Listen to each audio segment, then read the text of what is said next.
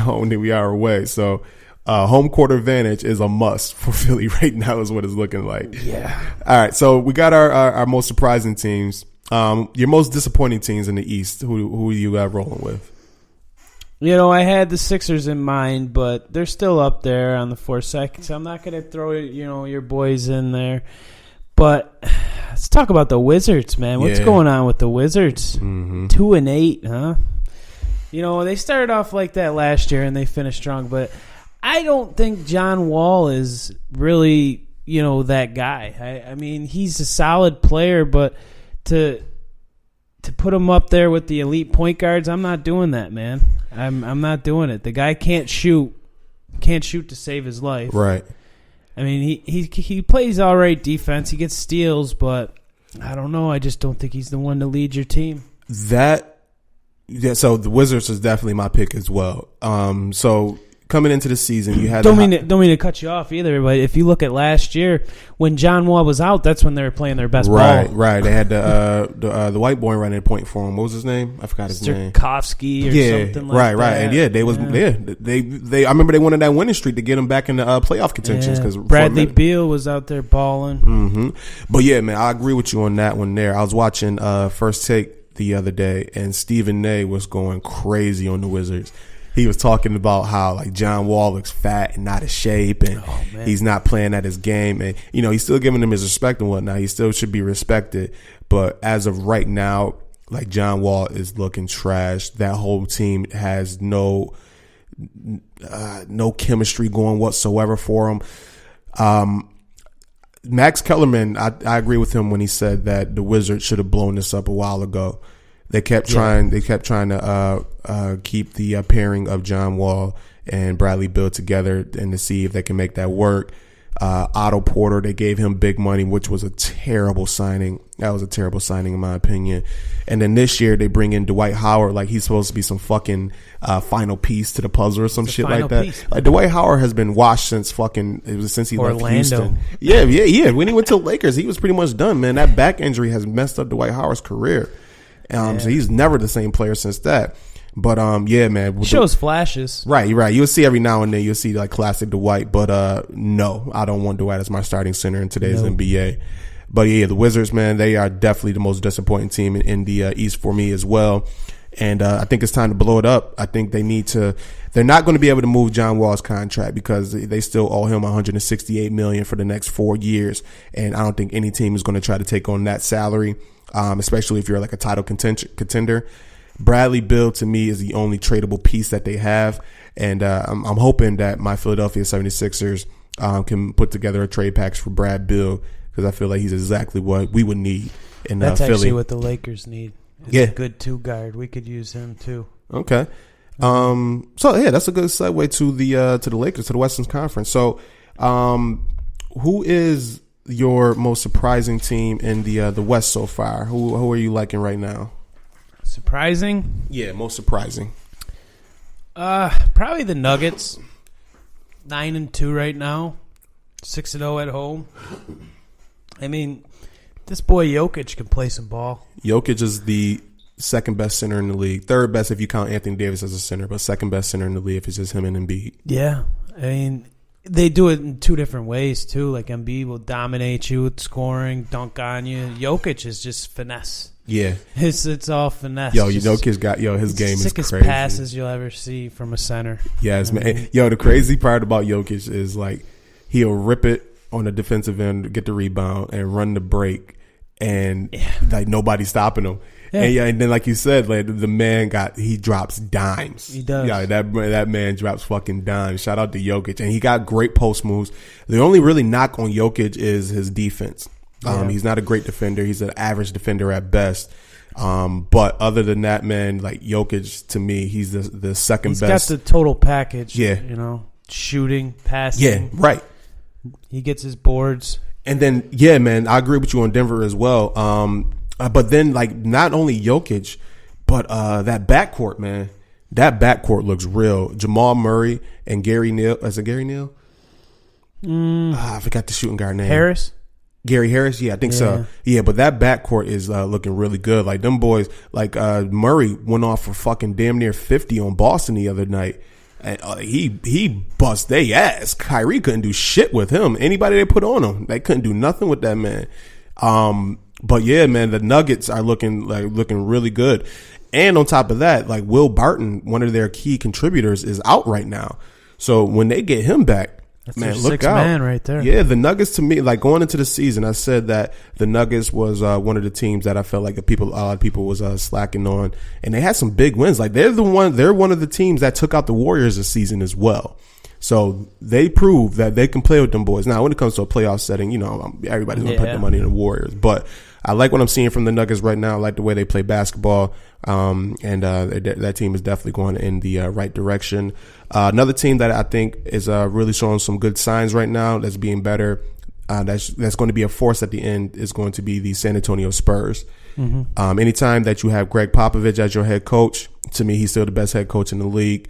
And he was able find a way. He was able to replace Kawhi Leonard with DeMar DeRozan.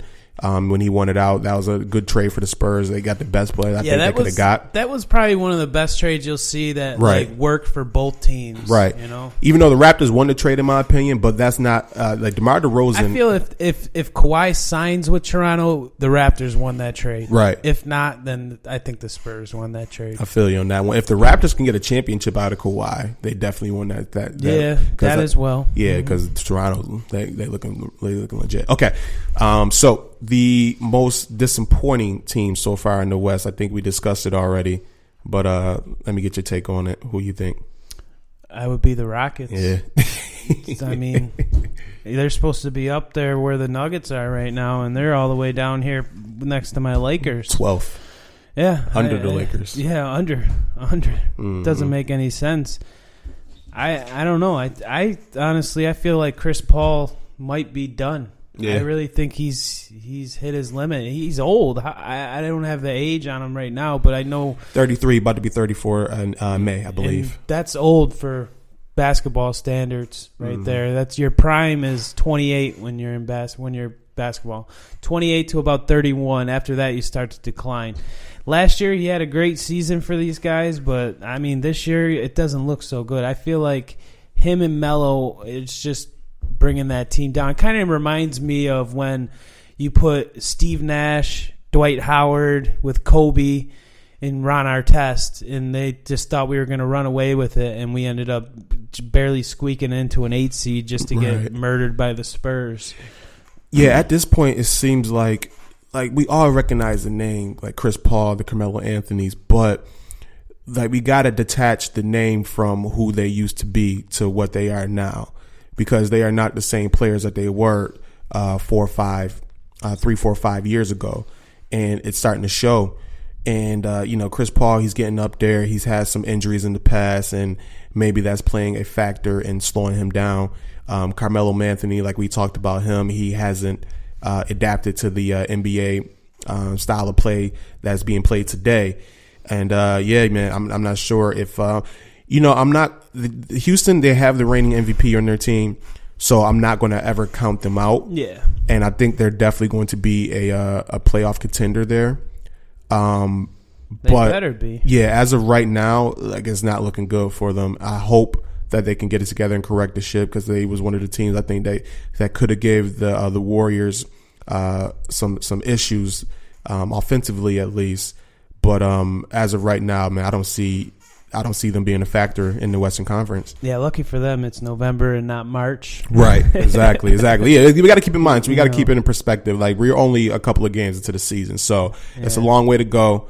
But I like to try to judge a team by like the first 20 games. So we're starting to get to that threshold soon, and that's when you start to like find their identities. I mean, if you look at last year, everybody was getting down on your Sixers, right? And you guys had a slow start, right? And what'd you get? 16 in a row. Yeah, we finished the season like 23 and 3, and then won 16 in a row. Yeah, so anything can happen towards the end of the year. Yeah, it looked like the same thing with like Utah. Utah had a rough start. They wasn't looking like a playoff contender, and then all of a sudden something just clicked, and then now they're one of the best. They was one of the best teams in the West last year, and won a playoff series with Donovan Mitchell. That's why there's 82 games. Right, exactly. So, don't want to cast too much aspersions right now. But, man, we'll see. We'll see if they can right the ship and get it together. All right, so that is with the NBA. I want to go ahead and transition into college. And I know you know where I'm going with this one here. Oh, yeah. So we all watched, America watched as Duke made their debut and brought out the 3 rookies. Well, actually, 4 freshmen, excuse me. And it was everything that was projected. That shit was so fucking amazing. The way that so Duke is the 4th seed, Kentucky is the 2nd seed, and Duke second in the country. Second in the country, right? And fucking Duke dominated them from start to finish. The game was never close, and it didn't look close at all. Mm-hmm. You're right, but one thing you can't put into mind is the beginning of the season. These rankings mean absolutely nothing. Mm-hmm. Absolutely nothing. I mean, if you can go out and get the top 3 freshmen in the country as recruits, you should be ranked number 1, right off the start. I feel you on that one, man. It doesn't make sense to me. And yo, listen. So they got the top 3 freshmen coming into the recruiting class with the best coach basketball ever. You combine those 2 variables, and this is what you get. Like, yo, all right. So I want to talk Zion Williamson. The hype is real.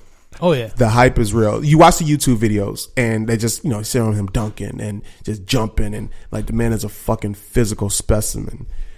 But then, like, I watched the game, him against Kentucky. And this is actually like first competitive game I watched of him. And yo, the man got moves. Yes, the man has and he's the 3rd recruit on that team. Right, he's 3rd ranked. Right, but like to me, like he has the most hype. He has the highest ceiling of them. Oh yeah. Like you look at his body, he's 6'7", 285 pounds. Yes, the dude is built like a fucking defensive end for the NFL and moves like a damn guard. Like, yo, how do you stop that?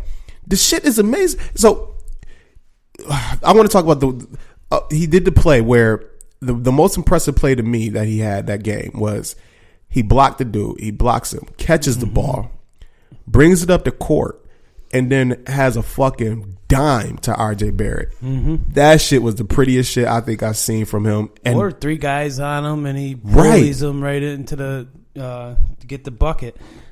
I mean, this kid's got it all from that small sample size of that game. He's got it all. I mean, how do you stop that? Dude, shit is crazy. Them 3 freshmen combined for an 83 points.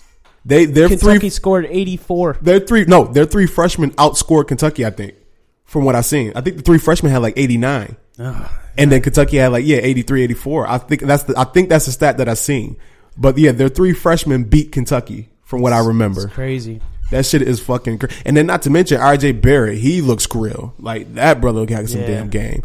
And Cam Reddish. Like all 3 of them, like they just complement each other so well, and it look like they're having fun playing this game. Like, you know what it reminds me of? Blue Chips. Yeah, Blue Chips. You ever seen that movie?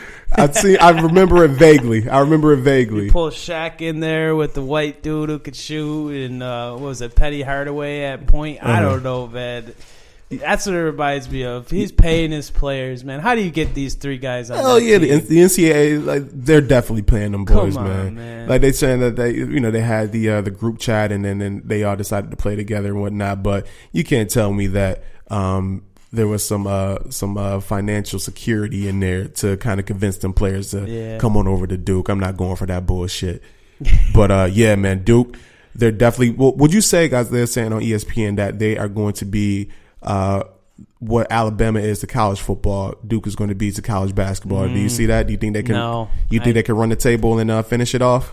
See, the thing is, the difference is college basketball could never be on the level that college football is when it comes to domination, because you are only a Final Four right off the bat.